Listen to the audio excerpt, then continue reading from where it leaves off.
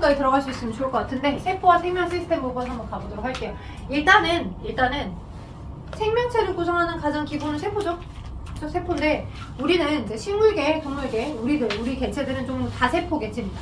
다세포, 여러 세포들이 모여서 조금 더 보다 복잡하게 일정 기능을 수행하는 여러 기관들이 모여있고 그 기관이 세트로 뭉쳐져 있는 기관계 구성으로 되어 있어요, 우리 몸. 그래서 근데 이제 모든 생명체를 다 아울러서 공통적인 부분들을 다 다뤄야 하기 때문에, 그죠?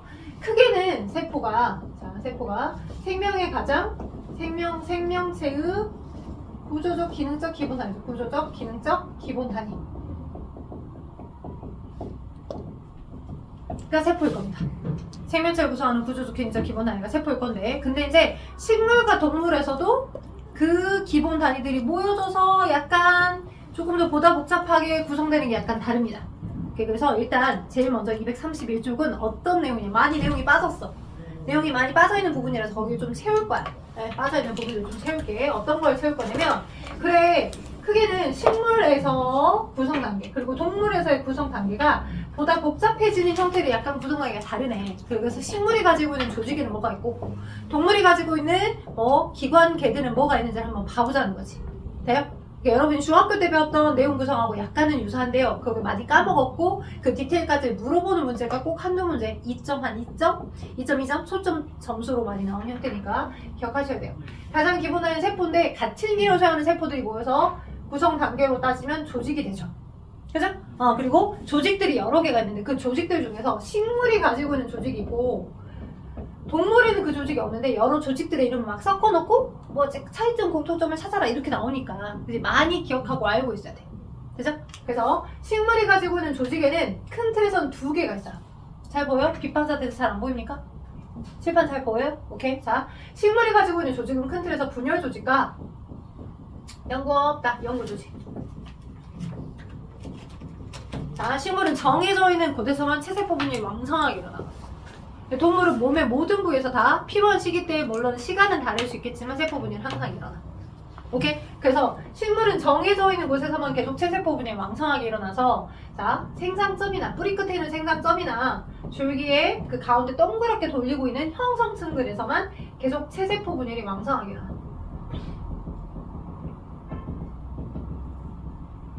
그리고 그들이 체세포 분열을 해줘서 뭔가 세포를 충당해주면 미션을 부여받아서 넌 이런 역할을 해, 넌 저런 역할을 해 라고 그 역할을 부여받은 그 장소에서 각자 역할을 수행하는 거야.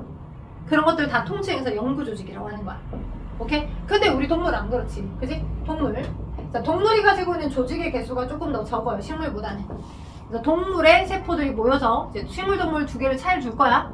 자, 동물의 세포들이 모여서 일정 기능을 수행하는 조직들은 크게 4가지가 있어. 동물의 조직은 4가지. 이제 동물체를 구성하는 조직들은 4가지가 있고 식물은 보다 조직 이름들이 여러 개가 있어. 오케이? 동물이 가지고 있는 조직의 이름은 크게는 뭐하고 뭐가 있냐? 일단은 결합조직. 세포 사이사이를 지지직행할 수 있게끔 하는 결합조직이 있어야 되겠죠? 오케이?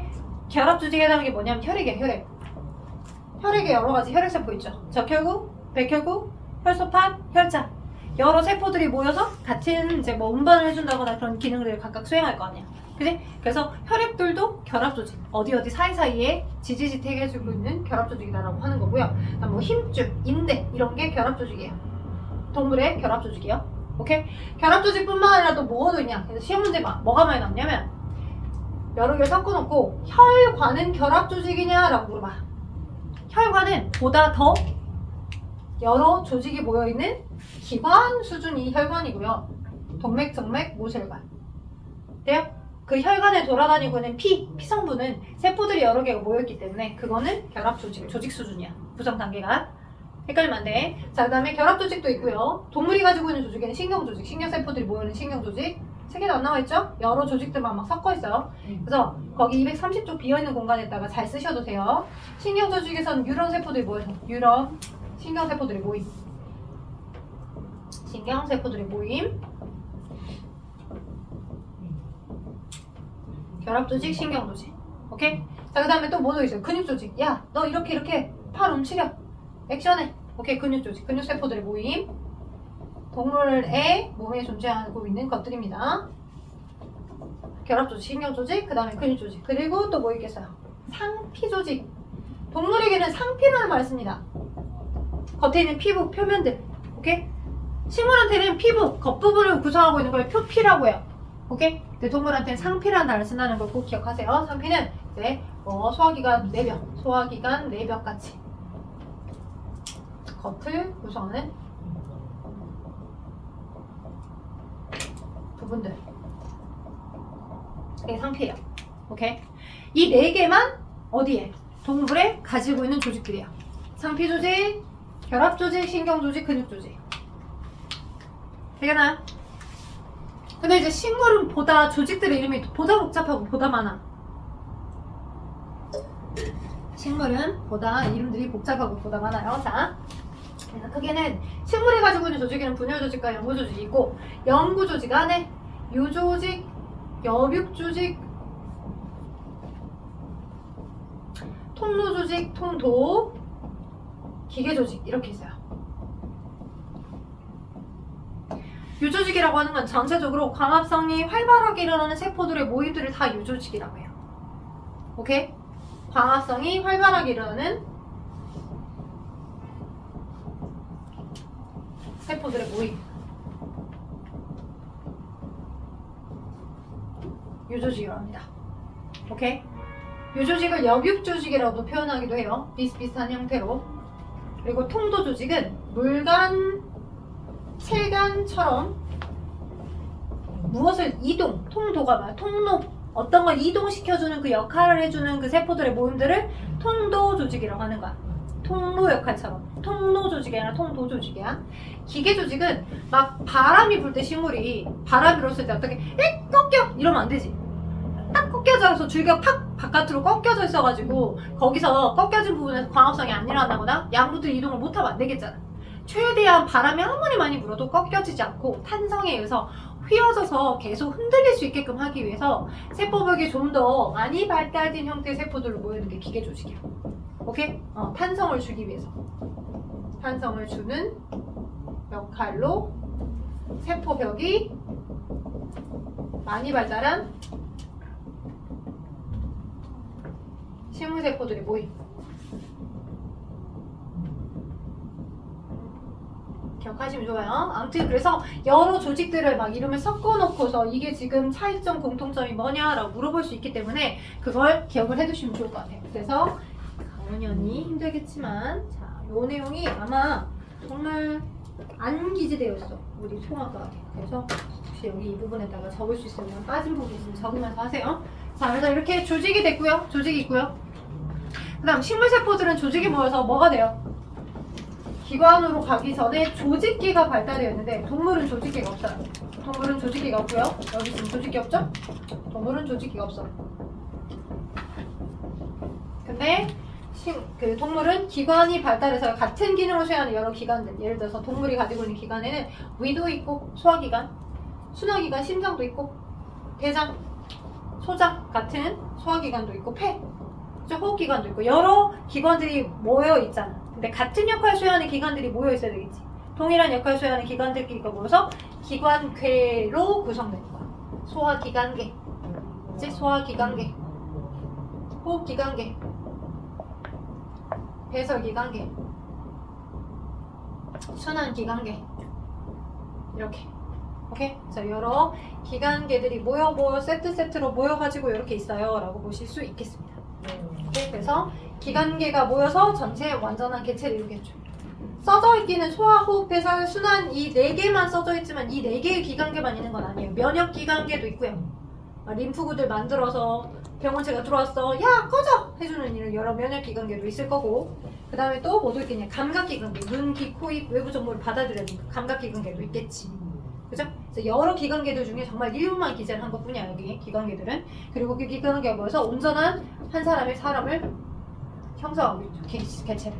그죠? 오케이? 그 다음에 이제 식물 입장에선 여러 조직이 모여서 기관으로 가기 전에 조직계로만 조직이 모여서 발달하는 보다 복잡한 조직계가 있습니다. 크게는 조직계가 3개 있어요. 식물이 가지고 있는 조직계가. 뭐가 있냐면 기본 조직계, 표피 조직계, 관나발 조직계가 있는데 먼저 기관을 설명하고 얘기해 줄게요. 관나발 조직계,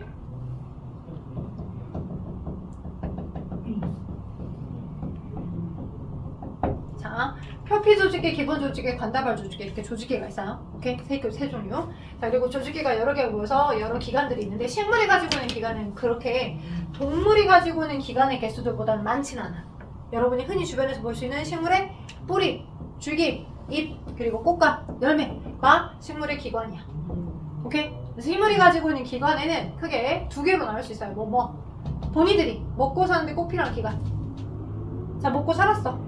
양분을 흡수받았어. 뿌리로부터 줄기를 통해서 이동을 시켰어. 입에서 열심히 광합성을 했단 말이야. 그치? 먹고 살았으면 그 먹었던 걸 바탕으로 자기 씨를 퍼뜨려서 자손을 만들어야 되겠잖아.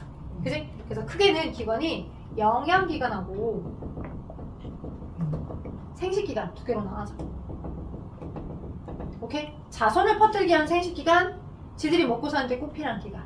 그치? 본인의 개체를 유지하기 위한 기관, 뿌리, 줄기, 잎이 영양기관. 돼요? 생식기관은 무슨 기관이야? 자손을 퍼뜨리기 위해서 필요한 거. 막 벚꽃 피고 있죠? 그죠? 매화 피고 있잖아. 매화 피고 난 다음에 매실이 맺히는 거 알죠? 매화꽃이, 그죠? 남자쌤이 놀리더라고요. 매화꽃이 매실이야. 왜 매실꽃이라고 하지 않고 매화꽃이라고 하는 거야? 그래서 놀래시더라고요. 그럴 수 있어요, 그럴 수 있어요, 모를 수 있어요. 자, 아무튼 생식기관은 자기가 이세를 퍼뜨리기 위해서 꽃을 피우는 겁니다. 그 꽃들이 수정에 의해서 꽃이 진 다음에 이제 열매가 생기고 열매 안에 씨가 들어있잖아요. 꽃과 열매가 자손을 퍼뜨리게 하는 생식기관이라는 거 기억해 두시면 좋겠습니다. 자, 이렇게 뿌리, 줄기, 꽃과 열매가 식물의 기관 수준. 그렇다면 뿌리를 막 이렇게, 뿌리나 줄기 같은 부분이나 잎 같은 부분을 이렇게 해부학적으로 단면을 잘라서 이렇게 보게 되면 그 내부에 들어있는 조직계나 조직이나 세포들이 다 있겠죠. 왜냐면 잎은 수준이 기관 수준이니까. 맞죠? 잎이 이제 구성된 수준이 세포 수준이니까. 잎은 기관 수준이니까. 네? 너무 빨라요? 괜찮아요? 네. 여기 지워도 되겠어요? 조직 부분? 여기 가운데 부분 좀 지울게요. 여기 지워도 되겠어요? 가운데 부분? 괜찮아요? 식물 부분만 좀 지울게요.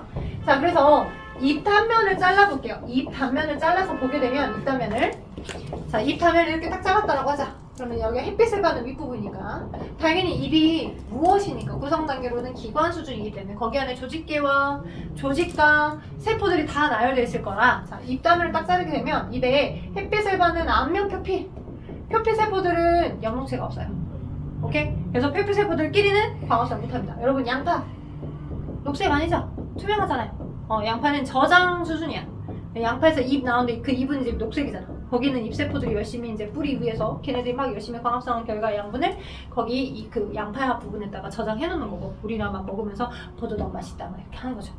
네. 그래서 표피 세포들, 앞면 표피와 뒷면 표피들 원래 연록체가 없습니다. 그래서 표피 세포들이 모여있는 너는 표피 조직, 그죠? 그죠? 그리고 입의 뒷면 쪽에 원래는 광합성 못하도록 연록체를 안 갖고 있는데 서로 마주보고 있는 한 쌍들이 세포벽이 진하면서, 오빠 쌍꺼풀 생기고 있어요. 지금 세포벽이 되게 진하고 두꺼우면서 마주보고 있는 한 세트도 있습니다. 그리고 얘네들은 원래 연록체가 없는 게 맞는데, 근데 연록체를 갖는 형태로 진화가 된 거야, 나름.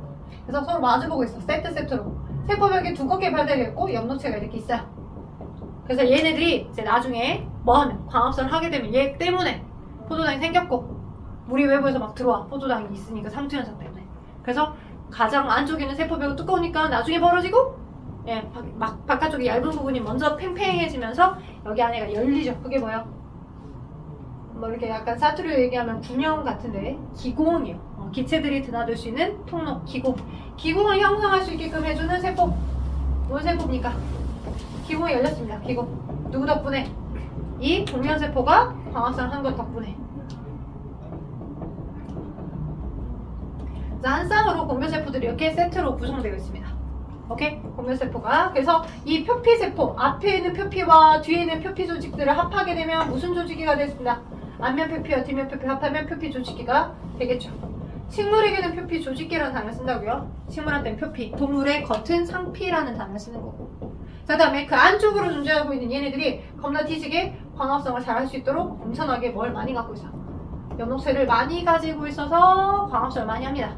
빼곡히 배열되어 있어서 얘네들을, 자, 정확하게 말하면 유조직, 다른 말로 또 여육조직이라고 표현하는데, 매우 질서정연하게 배열되어 있네. 그래서 얘네들 우리 뭐라고 하냐면 울타리 조직이라고 하고요. 그 아래 약간 엉성하게 배열되어 있는 얘네들도 연록체를 많이 가지고 있어서 광합성을 합니다. 그래서 약간 엉성하게 스펀지 모양처럼 구멍이 엉성엉성해서 수축기한 스펀지와 같은 그런 역할을 할 수 있는 얘네들 해면 조직이에요. 쓰다가 포기했나요? 괜찮아요? 해면 조직, 그 다음에 여기를 울타리 조직. 그럼 이 울타리 조직과 해면 조직이라고 명시되는 것도 큰 틀에서는 여벽 조직이야. 광합성을 많이 하는 부분이니까 큰 틀에서는 여벽 조직이 되는 거고. 그러면 그 울타리 조직과 해면 조직 둘을 합하면 식물에게 광합성을 한다는 건 어때? 가장 기본 옵션 아니야? 양분을 스스로 만들어내야 되니까. 그래서 이 울타리 조직과 해면 조직을 다 합해서 우리 뭐라고 해? 얘 기본 조직계라고 해. 기본 조직계. 오케이? 자, 식물이 가지고 있는 조직계 세 가지 있어. 표피 조직계, 기본 조직계. 지금 저 표피 조직계 있고요. 기본 조직계 있어요. 그죠?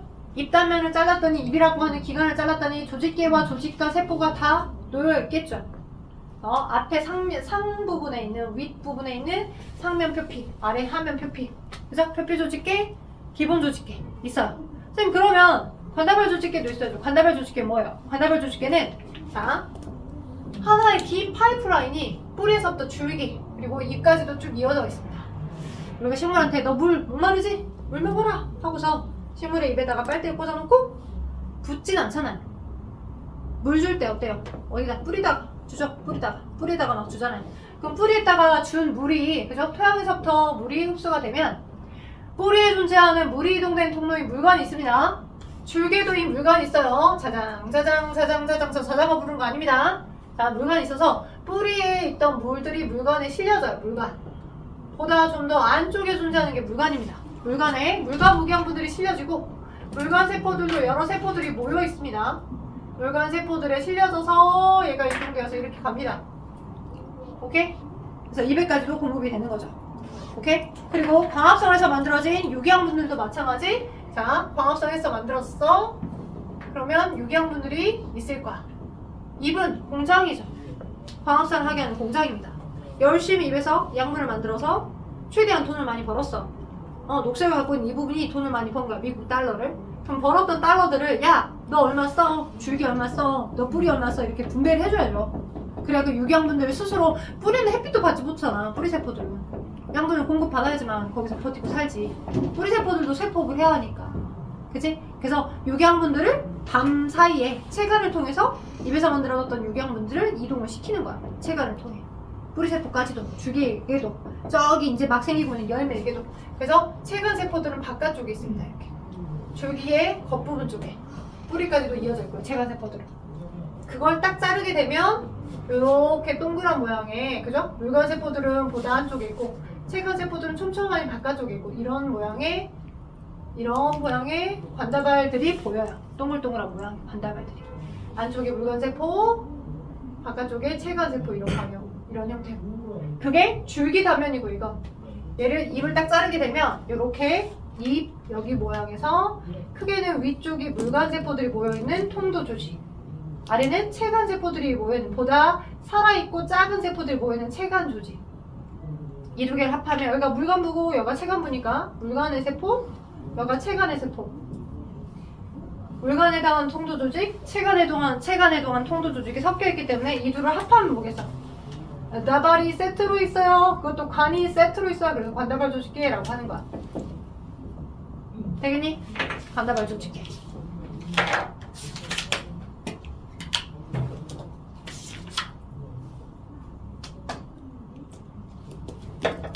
그래요? 식물과 동물의 그림에 정말 간단하게만 나와 있는 부분이어서 선생님이 좀 더 잡아드렸고, 공통은 구성단계가 세포, 조직, 기관, 개체로 올라가는데 식물은 조직이 발달한 조직계가, 동물은 기관이 발달한 기관계가 있다는 걸 기억하시면 될 것 같아요. 오케이. 자, 다 기재를 하셨다면 넘겨서 232쪽 한번 가볼까요?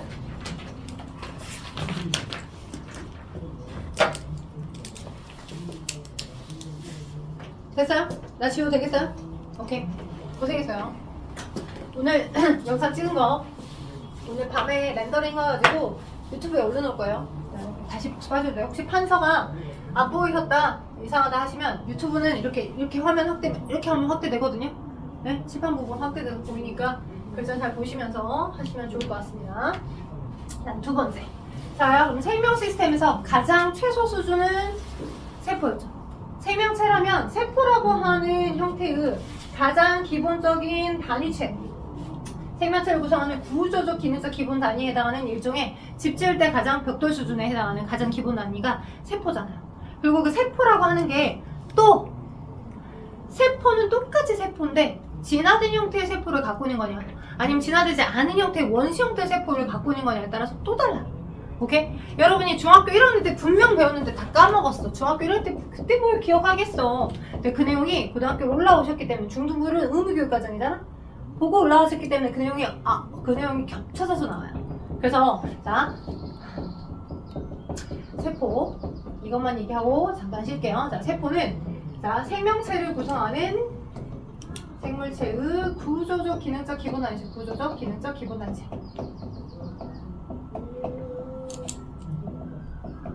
오케이? 근데 원시 형태의 세포가 있고 원핵 세포, 조금보다 진화된 형태의 세포가 있다는 거.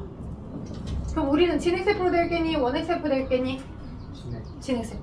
그죠? 근데 생물의 5개 분류 체계에서 따지게 되면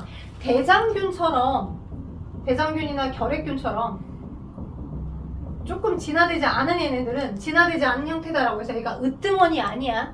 원신할 때 그 원이야. 원시 구조의 세포고 그 원시 구조의 세포는 진핵세포와 무슨 차이가 있는지 한번 봐보자. 이 진핵세포로 구성되어 있는 생물의 분류계는 누구누구 있냐면 식물계 당연히, 동물계 당연히, 균계, 곰팡이, 균계. 그 다음 또 하나 있어. 뭐? 원생생물계. 원생생물계와 원핵생물계는 다릅니다. 나머지는 쉬는 시간 끝나고 이어서 할게요. 됐죠? 쉬었다 갑시다. 혹시 판사 까먹으신 분은 조금 더 체크해보시고 내용을 좀 더 읽어보시면 좋을 것 같아요. 자, 그러면 원핵세포와 진핵세포의 차이는 뭐냐면 자, 세균들이 원핵세포인데 세균들이 얘네들은 쉽게 말해서 원룸이야. 방 하나에 주방, 욕실, 아빠방, 엄마방, 애기방 같이 쓰는 구조예요. 오케이? 그러니까 어때? 좀 보다 그죠? 뭔가 고 수준의 그죠? 화학 반응이랄지 이런 걸 하기가 좀 커버하기 힘들어. 그러면서 조금씩 세포들도 나름 이제 진화를 해 갔겠죠. 오케이? 그래서 자, 원핵 세포들은 하나의 여기 내부 공간을 세포질이라고 합니다. 세포질. 근데 이제 세포라고 하려면 자신만의 고유한 유전 정보를 스스로 그 정보를 가지고는 있어야 되잖아. 그지? 네, 이럴 땐 이런 거 만들어 저럴 때 저렇게 라고 하는 모든 명령어를 자신의 어떤 고유한 어떤 결정력에 해당하는 그런 정보는 다 스스로 갖고 있어야 생명의 기본 단위니까. 오케이? 그래서 세포 안에 자신만의 고유한 정보를 담아두고 있는 뭐는 있어? 유전 물질은 있어. 그 유전 물질을 우리 뭐라 해? 핵산이라고 해. 핵산. 그지? 그러니까 얘는 핵산은 있어. 핵산이 뭐 있었어? DNA, RNA들과 같은 것들이 핵산이었잖아. 오케이? 자, 근데 핵산을 가지고 있는 그 핵산을 보호하기 위한 별도의 쉴드는 없는 거야. 원핵세포. 오케이? 그래서 그 유전 정보들이 세포질에 그냥 펼쳐져 있는 거야, 이렇게. 그러면서 뭐 단백질들을 바탕으로 여러 물질을 산하는 것들이 동시다발적으로 같이 일어나는 거야, 세포질에서. 오케이? 네, 그게 원핵세포야, 세균들. 그리고 얘네들은 어떤 외부의 형태를 유지하기 위해서 제일 바깥에 뭐는 있어? 세포벽은 있어, 세포벽. 제일 바깥에 형태를 유지하기 위한 세포벽이 있어. 오케이? 그리고 그 안쪽에 뭐는 있어? 세포막은 있어.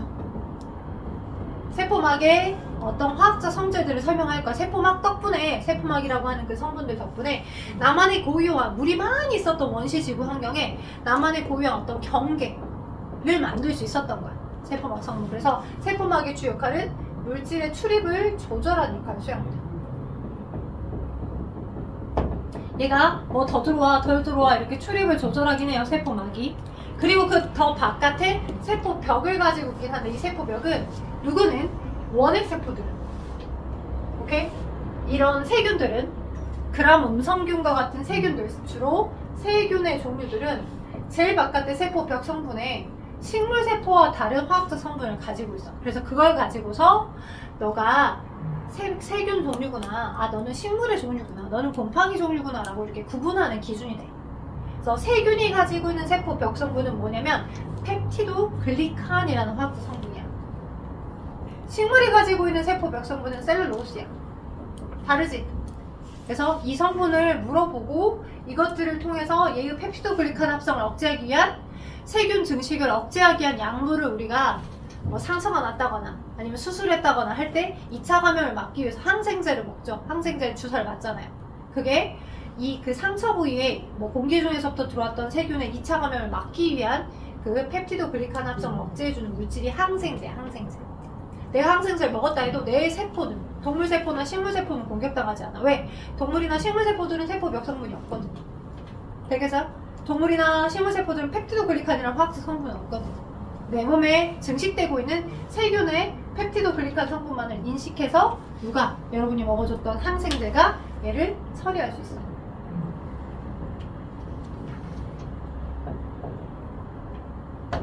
펩티도글리칸 합성을 억제해주는 물질이 항생제다라고 생각하면 돼요. 자, 그래서 그런 기초적인 배경 정보를 조금 더 설명을 해드렸다는 거 알고 계시면 좋을 것 같습니다. 고일통합과학은 물론 이제 물리도 그렇고 화학도 그렇고 보다 얼마나 더 많이 배경 지식 정보들을 더 알고 있느냐에 대해서 1번부터 5번까지 보기를 판단할 때 좀 더 수월해. 그래서 많이 들어보시고 많이 사고를 하시고 확장해서 생각하려고 하는 어떤 습관이 되게 중요할 것 같습니다. 아무튼 그래서 원핵세포 성모형을 좀 드렸고요. 자, 그래서 이렇게 되어 있어요. 그래서 세포질에 자신의 유전 정보들이 펼쳐져 있더라. 근데 이제 얘를 담아두고 있는 별도의 공간, 즉 뭐는 없어요. 핵은 없습니다. 핵은 없어요. 그래서 핵이 없더라. 핵막이 없다, 핵이 없다. 근데 핵막이 없다, 핵이 없다라고 하는 표현은 유전물질이 아예 없다, 그건 아니야. 이렇게 저렇게 라고 하는 정보는 갖고 있어. 자, 그 다음에 진핵세포 뭐냐? 그렇다면 보다 좀 더 진화된 형태의 세포들이겠죠. 네? 자, 원생 생물계가 누가 있어요? 효모도 있고요. 효모는 이제 경계에 속하니까. 혹시 아메바 들어봤어요? 아메바도 단세포 생물인데 아메바랑 누구는? 세균은 클래스가 달라요. 오케이? 세균은 펩티도글리칸 성분을 가지고 있는 원핵세포 형태라고 한다면 얘는 아메바는 진핵세포야. 핵도 가지고 있고, 오케이? 즉 자신의 유전 정보들을 별도의 공간에다 보호를 하고 있는 거야. 핵이라고 하는 공간에다가 보호를 하고 있어. 오케이? 그리고 핵과 세포질이 분리가 돼. 그리고 이 세포질에 또 막에 쌓여있는, 이 세포막과 동일한 막성분에 쌓여있는 보다 더 다양한 세포 소기관들, 분업화된 역할을 수행하는 많은 세포 소기관을 가지고 있는 거야. 그게 진핵세포야. 진핵세포는 뭘 갖고 있다? 핵막이 있고요. 오케이? 핵도 있고요. 오케이? 그리고 막에 쌓여있는 더 세부적으로 분업화된 기능을 수행하는 막성 소기관을 많이 갖고 있다는 거죠. 그 막성 소기관들이 좀 더 어떠어떠한 역할들이 유기적으로 연결되어서 기능을 수행하는 건지에 대한 소기관들의 역할들을 다 싸잡아서 어떤 흐름으로 물어보거나 기억을 하게끔 하기 때문에 이 생명 시스템 단원의 두 번째 단원, 그러니까 맨 마지막 끝부분에 가면 전사 번역이라는 정보의 흐름이라고 하는 부분이 있어. 그 전사 번역과도 연결된 형태의 세포 소기관의 기능들이 있기 때문에 꼭 기억해 두시면 좋을 것 같아요. 통합죠. 돼요? 자, 여기 지워도 되겠죠? 펩티도글리칸 지워도 되겠죠? 오케이? 여러분 원핵세포랑 진핵세포의 차이점 알려드려 봤고요. 그러면 이제 우리가 세포 소기관에서 조금 더 디테일하게 한번 챙겨서 기억을 한번 해보도록 합시다. 진핵세포 위주로. 자, 아까 얘기했던 것처럼 진핵세포 안에 식물계, 그러니까 그 그림은 아메바랑 식물계와 그 다음 곰팡이에 해당하는 걸, 동물계에 해당하는 걸 다 놓고 구분하게끔 많이 나오진 않아.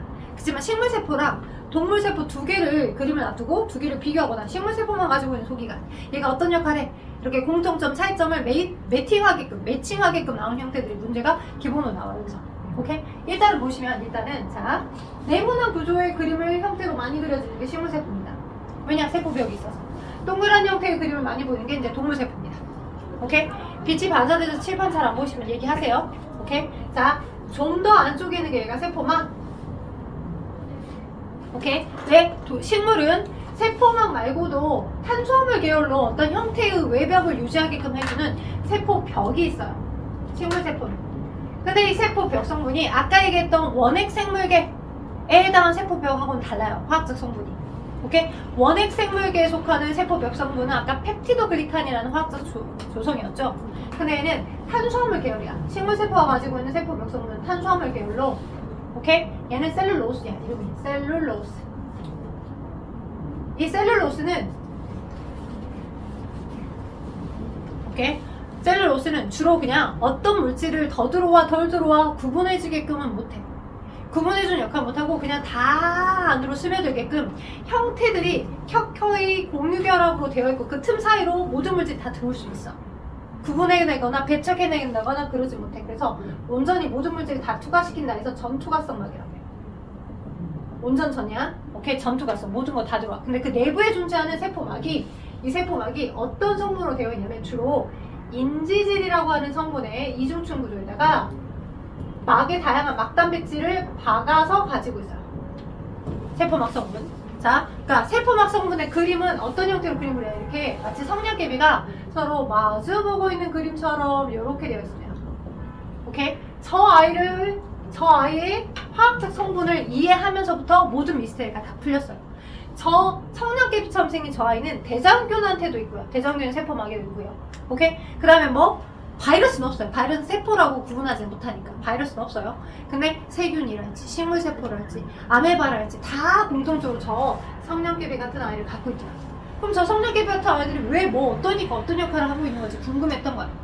저 아이가 인지질인데 저 인지질은 중성지방에서부터 유래됩니다. 중성지방은 뭐로 구성되어 있었어요? 중성지방은 자, 저랑 예전에 했었죠? 탄수화물 단백질 실험하면서 글리세롤이라는 3탄수화물에 여기 지금 탄소 이렇게 있었어. OH 있고 너도 OH 있고 오케이? 자, 이렇게 됐죠? 오케이? 이렇게 있는 거에 여기에 지금 얘가 글리세롤이야. 여기에 지금 카보복식기를 가지고 있는 CH2 겁나 많은 주변에 H로 다 범벅으로 발라져 있는 형태의 복합체야. 오케이? 얘네들을 우린 지방산이라고 해. 너 지방산. 오케이? 지방산. 너도 지방산. 이런 지방산들이 탈수축합 반응으로 물 한 분자가 빠지면서 이렇게 연결돼.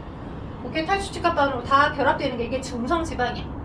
오케이? 중성지방이 되어 있었던 것들 중에 두 개의 지방산은 그대로 연결되어 있는데 지방산 하나는 에너지원으로 사용이 될 거고 여기에 인산이라고 하는 PO들에 둘러싸여져 있는 오케이? 그러면 전기음성도가 크거든. O 원자가 자신의 O 원자 쪽으로 전자구름이 막 치우쳐져 있기 때문에 P 입장에서는 전자를 많이 뺏겨서 여기는 부분적인 플러스를 띱니다. 겁나 센.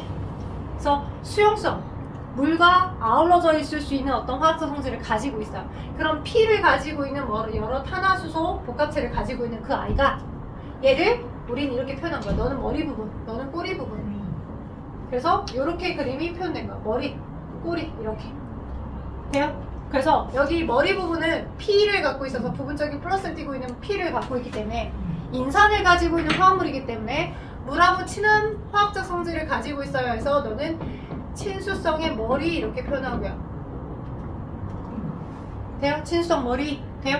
그 다음에 여기 꼬리 부분은 물하고는 안 친해요. 왜? CH2 다 C로 범벅이 되어 있기 때문에 얘네들은 거의 어느 한쪽에 더 전자구름이 치우쳐져 있는 게 아니라 거의 비슷한 형태로 분배를 하고 있어요. 그래서 부분적인 플러스나 마이너스를 띠고 있지 않아. 물하고 잘 섞이지 않아. 오케이? 그래서 얘네들은 물하고 친한 성질을 전혀 가지고 있지 않고 오히려 더 기름하고 친합니다. 그래서 이걸 지용성, 물하고 안 친해요? 소수성 꼬리라고 합니다.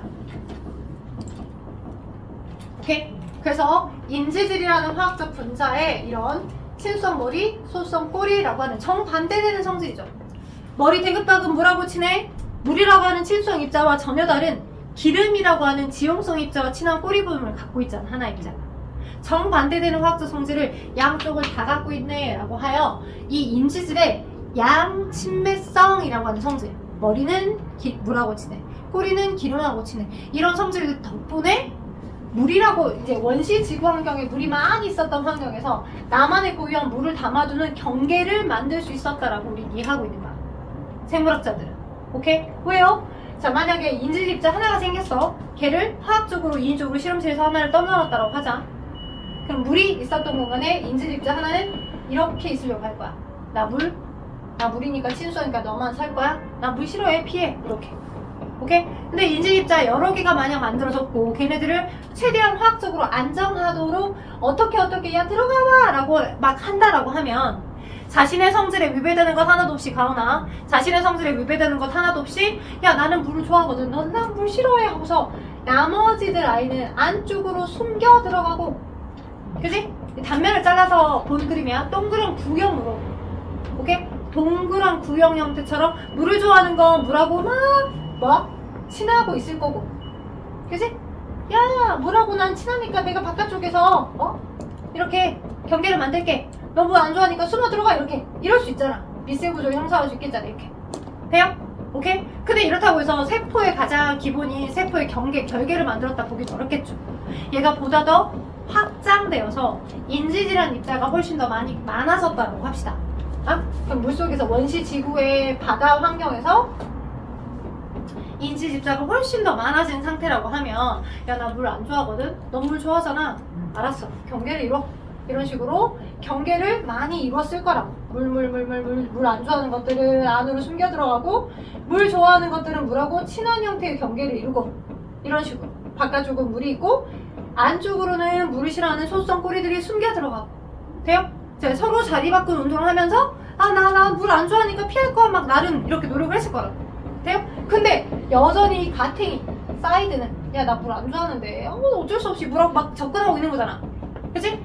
자 그럼 만약 인지질 이중충 이걸 이중충이라고 합니다.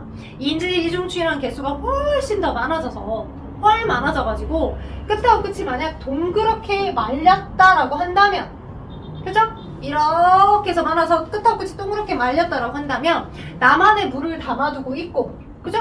나만의 물을 고유하게 이 정도까지는 내가 컨트롤할 거야 그죠? 바깥에 물이 있고 나만의 경계를 만들 수 있었다라고 해석할 수 있겠죠. 그런 식으로 현재까지는 해석을 하고 있어요. 오케이? 인지질 입자가 화학적 성질이 이런 성질을 우린 양친매성이라고 하고 자 여러분 한쪽 넘겨봐요. 한쪽 넘겨서 보시면 234쪽에 세포막의 구조와 선택적 투과성에서 나와 있는 설명의 중간 부분에 세포막의 구조에 대한 그림이 나와 있고 오른편에 인지질이라는 아이가 짠 나와 있습니다. 대극박 나와 있죠? 꼬리 나와 있죠? 그죠? 인지질이라고 하는 제일 바깥에 머리 부분이 인지질의 친수성 머리 부분이고 꼬리는 소수성 꼬리 부분이고 이런 정반대되는 성질을 가지고 있는 거 이걸 양친매성 입자라고 해요. 너 양친매성이라고 적어줘. 양친매성 입자. 그런 양쪽에 다 친한 성질을 가지고 있었던 그 덕분에 적었어요 오빠? 진짜로? 양친매성? 적었네 그죠? 양친매성 그런 정반대되는 성질 두 가지를 동시에 갖고 있는 것 덕분에 물이 있었던 그 공간 안에 나만의 물을 담아두는 이런 경계를 만들 수 있었겠죠. 근데 그걸로 그러진 않아요.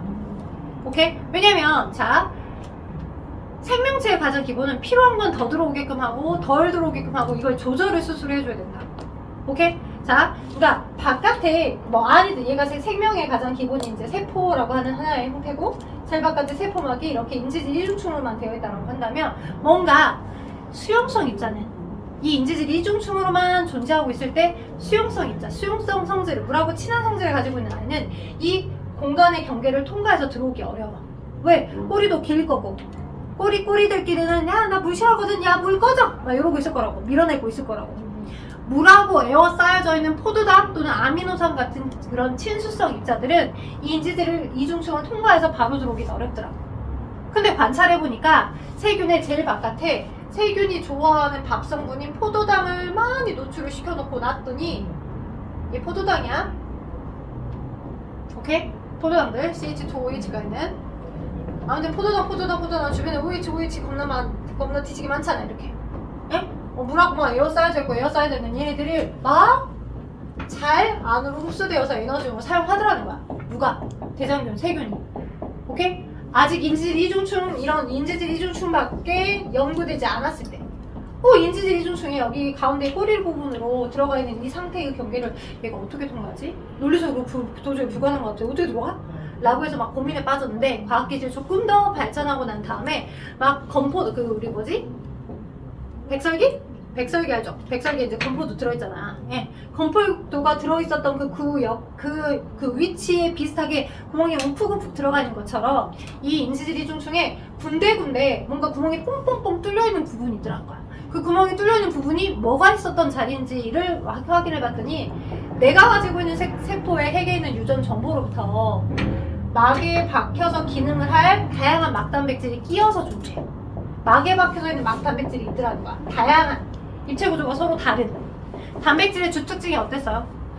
기본 단위체는 1번부터 20번까지 20개밖에 없지만 그 20개의 아미노산이 어떤 개수와 어떤 순서로 결합되냐에 따라서 입체 구조가 다 달랐죠.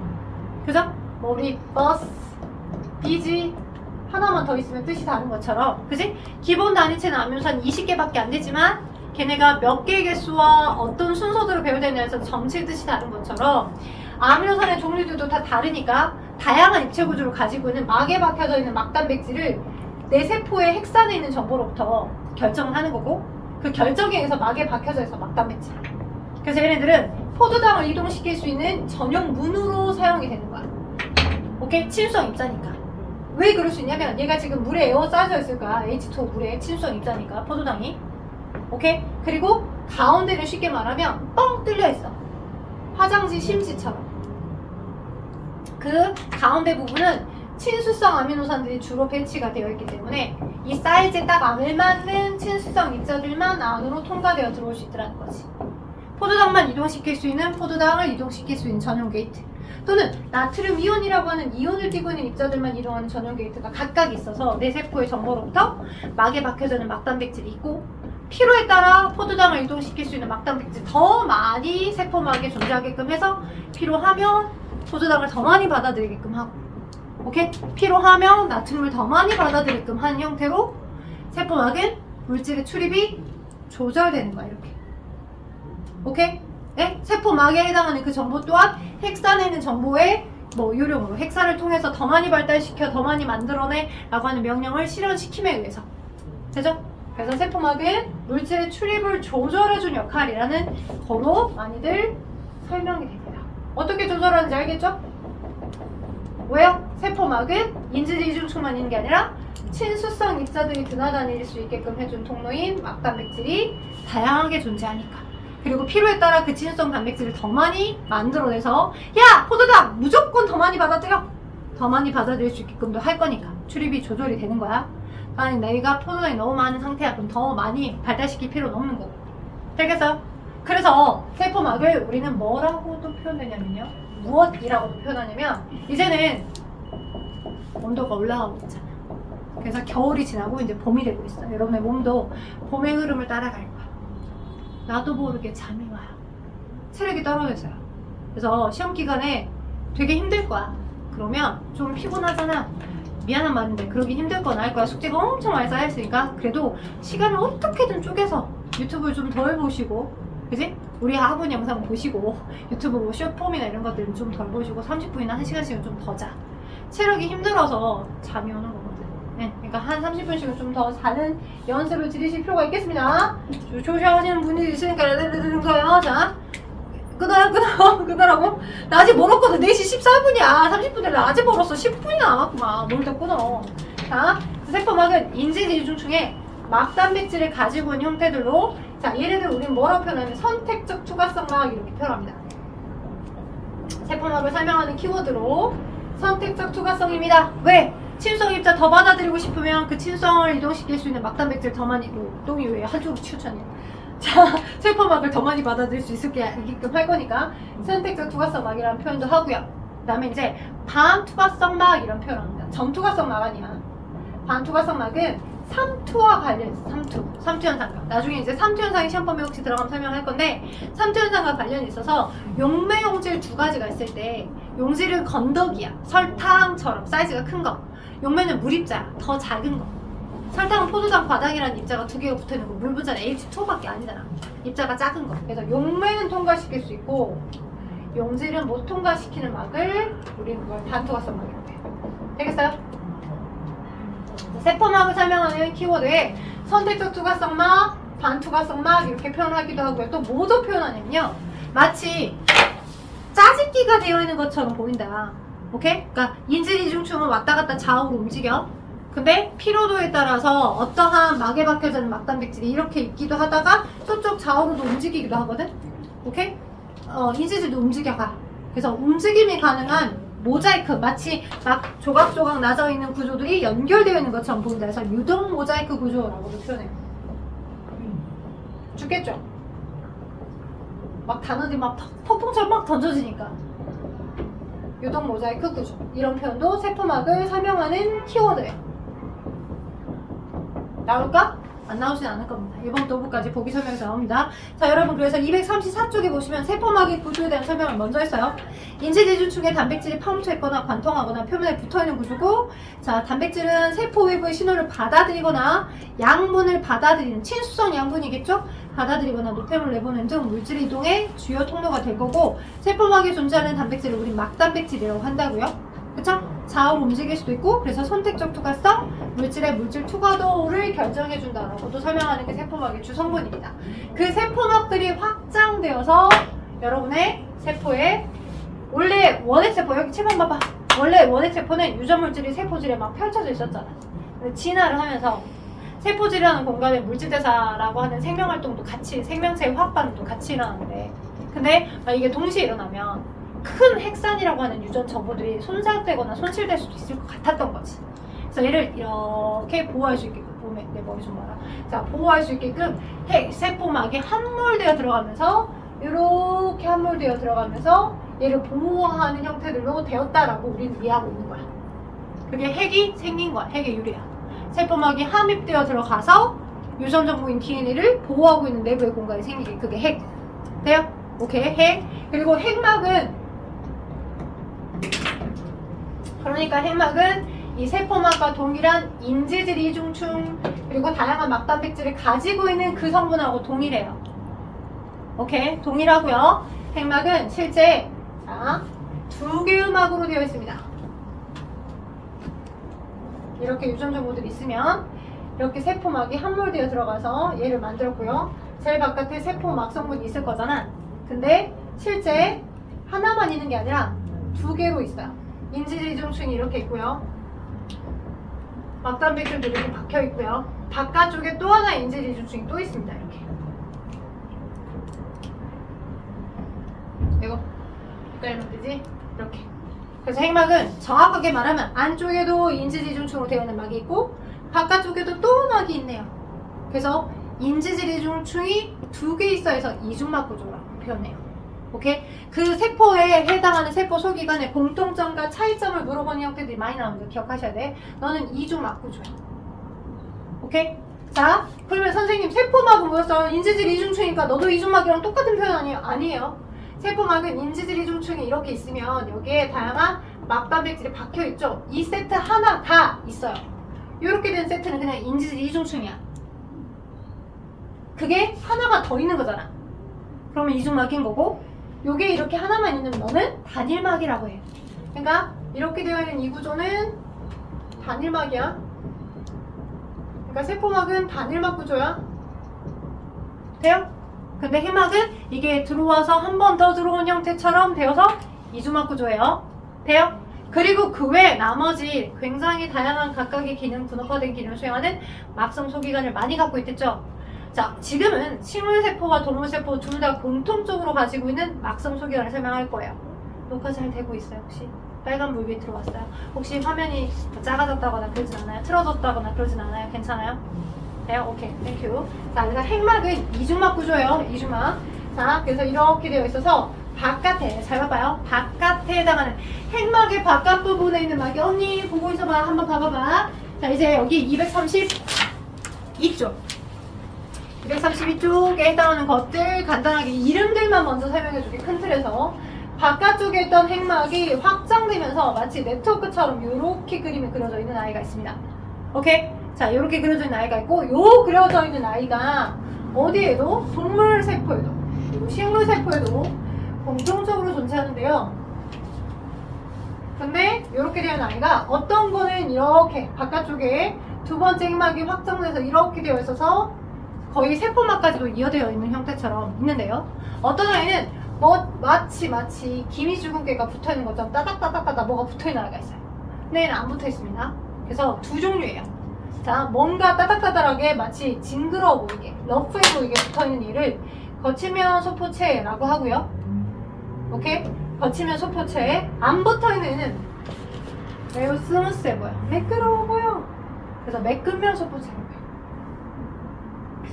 넌 매끈면 소포체. 넌 거치면 소포체. 그럼 거치면 소포체에 붙어있는 저 동그라미 기미줄긋기 같은 얘는 뭐냐? 얘가 리보솜입니다. 리보솜. 비읍 들어가죠? 기억 잘해요. 리보솜.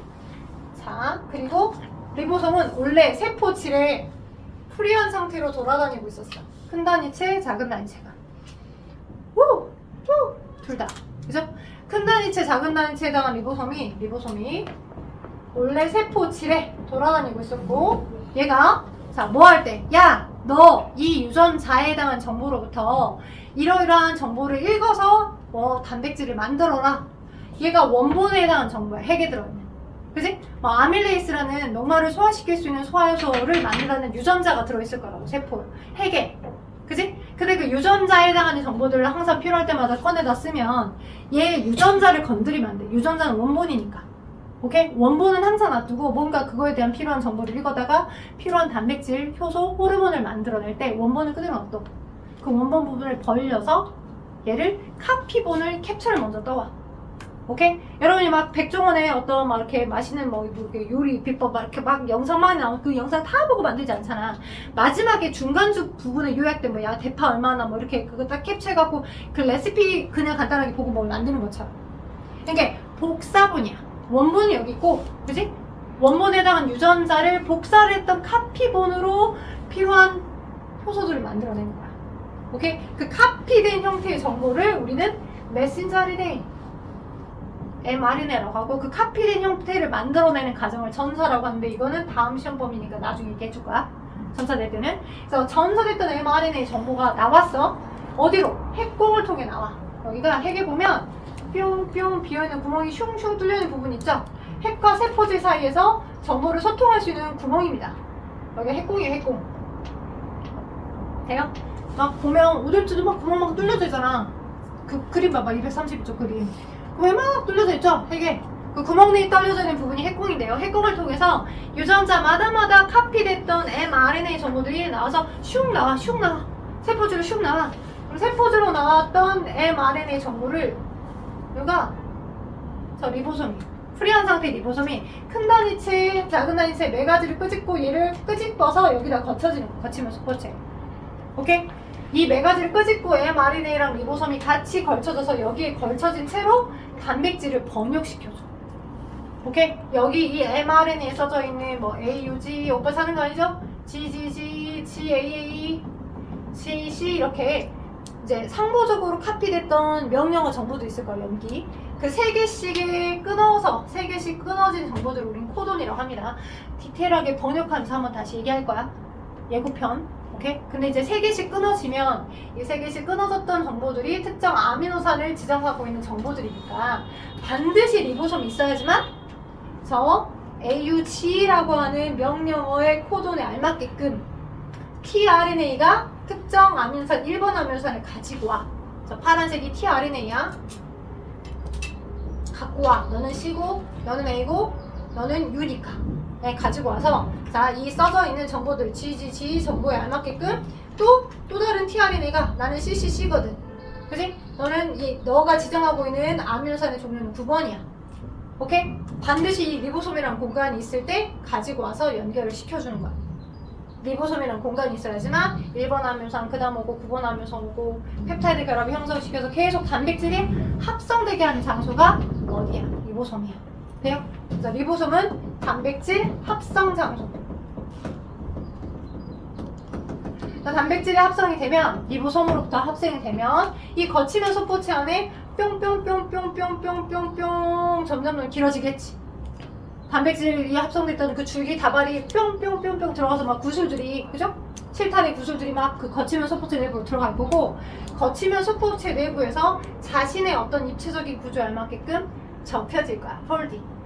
그래야 입체적인 구조를 정확하게 가지고 있어야 그 단백질이 기능을 하거든. 제대로 된 기능을. 그래서 거치면 소포체는 어떤 역할을 수행하냐라고 하냐면 단백질이 이동되거나, 오케이? 이동되는 통로 또는 성숙되는 통로 이런 단어 키워드로 설명을 합니다. 거치면 소포체. 오케이? 근데 메끄면 소포체는 저 리보솜이 붙어 있어요? 안 붙어 있죠? 그러니까 메끄면 소포체는 단백질 합성하고는 전혀 상관이 없어. 그럼 메끄면 소포체 역할은 뭐냐? 주로 탄수화물이나 인지질을 합성하게 하는 장소가 메끄면 소포체야. 돼요? 탄수화물이나 지용성을 합성하게 하는 장소. 단백질하고는 전혀 상관없어. 그게 메끄면 소포체라는 거. 그래서 거치면 소포체, 메끄면 소포체의 차이. 여러분 책에 232쪽에 세포 소기관 설명하면서 제가 미토콘드리아 엽록체는 아직 설명 안 했고요. 233쪽에 리보솜 소포체 설명을 했고요. 그 리보솜 소포체를 거쳐서 마지막에 골드체라고 하는 부분이 좀 남아있는데 다음 시간에 혹시 기회가 되면 한 번 더 해줄게요. 그래서 세포 소기관까지는 좀 끝내드려야 여러분이 이제 생물이 들어간 친구는 진으로 맞춰서 들어갈 수 있을 것 같아요.